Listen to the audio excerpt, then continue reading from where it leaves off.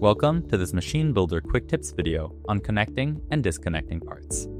To connect a newly inserted component, first select it from your parts library, then hover over the location you would like to attach it to.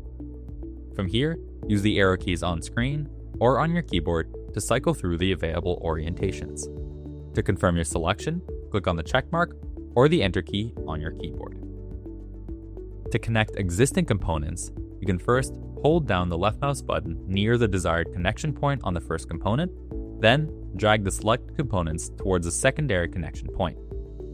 Using the arrow keys on screen or on your keyboard, you can cycle through the available orientations. Again, use the check mark or the Enter key to confirm your selection. To disconnect components, first select the components you would like to disconnect, then right-click on any of the highlighted components and select Detach from Assembly. This will detach it from the rest of your assembly, allowing you to move it to another location in your design.